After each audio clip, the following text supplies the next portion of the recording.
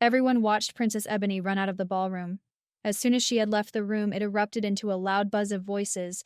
As guests speculated about the bizarre behavior of a princess everyone thought had no dragon. Everyone's dragon had heard it, the power in her voice. If they hadn't heard it, they had felt the power of Princess Ebony's dragon when Nova had commanded Princess Ebony to stop, as she was twisting the nose of Prince Tai. The noblemen, who had dropped to their knees, when their dragons could not withstand the power of Princess Ebony, as she had commanded that no one was to leave the room, were ashamed and angry. The other men that could only stand in place and not move were also very upset that their dragons had been affected, even if it was not as strongly as the men who had dropped to their knees. But no one could understand why the women had not been affected by the power the same way as the men. The men were infuriated. So many questions were being tossed about in the ballroom.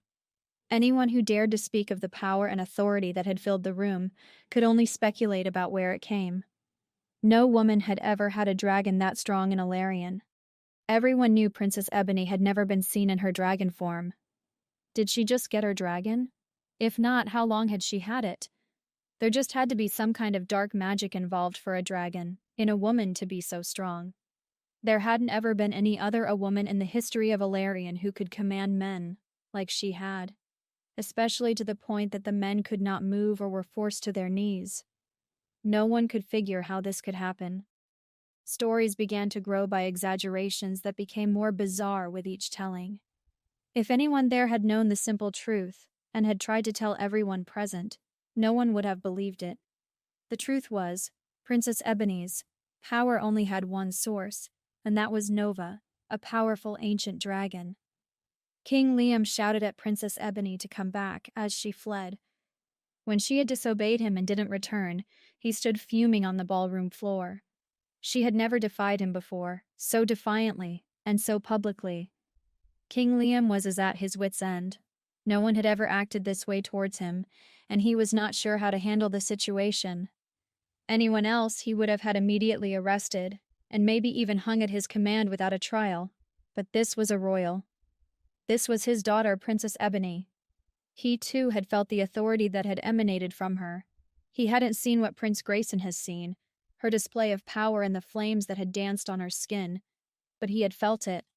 The fact that his dragon, Adonis, had almost groveled at her voice scared him. It was a power that was alien to him. It was like nothing he had ever felt in the entirety of his life. King Liam was very angry. He was past angry. He was almost as angry as his daughter had been, but he had more control over himself. There was no way he was going to let his guests and his subjects see him lose control the way she had just displayed for everyone to see. King Liam knew one thing: this power needed to be stopped. The kind of power that had been radiating from Princess Ebony had no business being held by any woman in Alarion, even if that woman was a royal. It just wasn't right. He had no idea how he was going to put an end to this mess, but one way or another it had to be done. He calmed himself down, trying to formulate a plan in his mind, as he began scheming of ways to rid himself of this menace in his kingdom. The prophecy spoken at Princess Ebony's birth echoed in his mind. Tonight he was going to end the threat he felt. That prophecy could just be fulfilled somewhere else, as far as he was concerned, and he was going to see to it. King Liam walked back to his throne. He didn't sit down. He lifted his hand as he waited for the people in the room to settle down. He nodded to Kasan. King Liam's chief royal advisor nodded back. He understood immediately that the king wanted him to silence the room so that he could address the noisy crowd. "Quiet," Kasan shouted. "Quiet. The king wishes to speak." He drew their attention to the king standing before the throne. Slowly everyone hushed as they waited for King Liam to speak. King Liam waited until everyone in the ballroom was quiet. "I must apologize for my daughter's behavior." He chuckled, even though he felt no amusement in the situation. "Being she is my only daughter, I am concerned that I may have indulged her whims a little too much, but it's nothing that can't be corrected by strong mate." He gave a pointed look to the guests in the ballroom before continuing. "I am sure that anyone here, who is the parent of a beautiful daughter, understands how disappointed I am in my own daughter's behavior, and it grieves me deeply." The king stepped further away from his throne, closer to the crowd. standing at the bottom of the few steps that led to the queen and his thrones. He turned and motioned for Prince Edwin to stand beside him. Prince Edwin vacated the chair that had been placed at the right hand of his father to honor Princess Ebony earlier that night, and stood to take his place beside King Liam. Both husband and son ignored the queen, who was still weeping on her throne, their backs turned to her pointedly. As a woman, she was not allowed a voice in what would be said concerning her own daughter's future. No one could tell that Queen Briette was secretly proud of the strength Princess Ebony had shown, and of the dragon that she was sure Princess Ebony had to have hidden for a while. She knew King Liam and Prince Edwin were about to prove how little worth the women of Valerian had in their own country. Prince Grayson studied the king and his son. If he had not spent the time in the garden that he had earlier in the day with them, he would have been shocked by their attitude and actions. The blatant disrespect towards the queen was quite obvious. His father would never have disrespected his mother like that. He knew it deep in his heart. Now Prince Grayson understood why Princess Ebony had a burning desire to set the women of Valerian free of the injustices that they experienced on a daily basis. Radian had hinted that her motive was pure, but the path she had chosen to correct the injustices she saw was not. Prince Grayson almost gasped as he felt Radion's presence flood his mind. He had been so busy watching what was happening that he had not had a chance to miss Radion. "Oh, you're back," he exclaimed. "I have never felt you disappear from my mind like that before." "I have been conversing with my mate," replied Radion.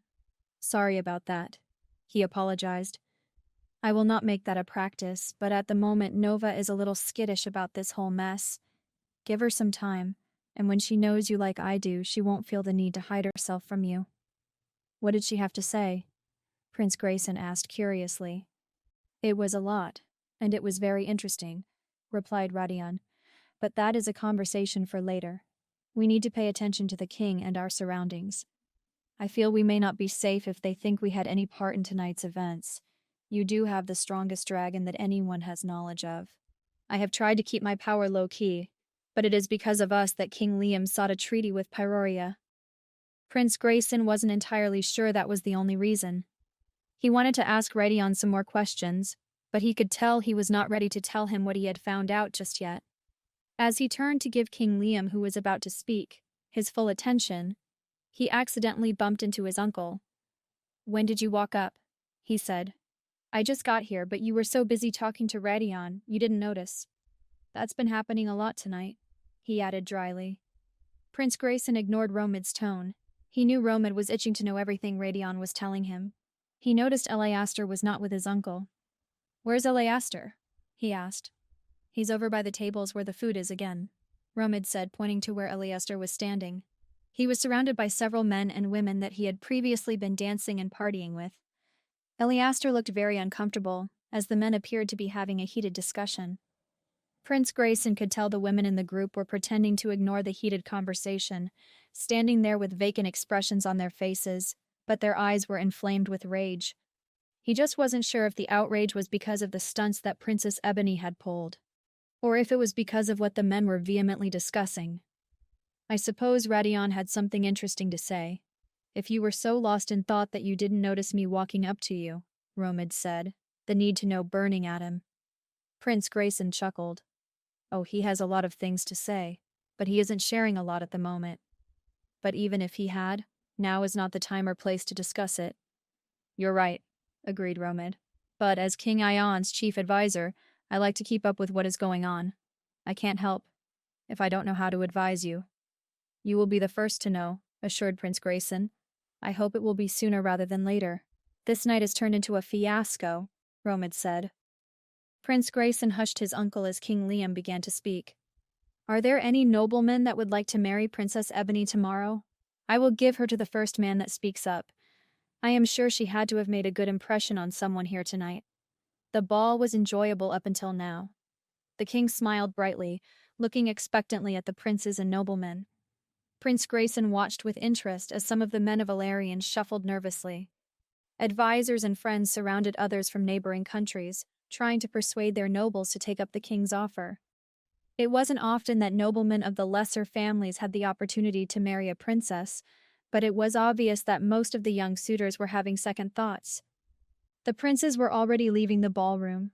the offer not even worth being considered by the sons of the kings that were there. They had seen enough. King Liam did not look pleased as he watched the princes leave one by one. The noblemen looked hesitant about taking the princess as their mate. No one wanted her, except for Prince Grayson.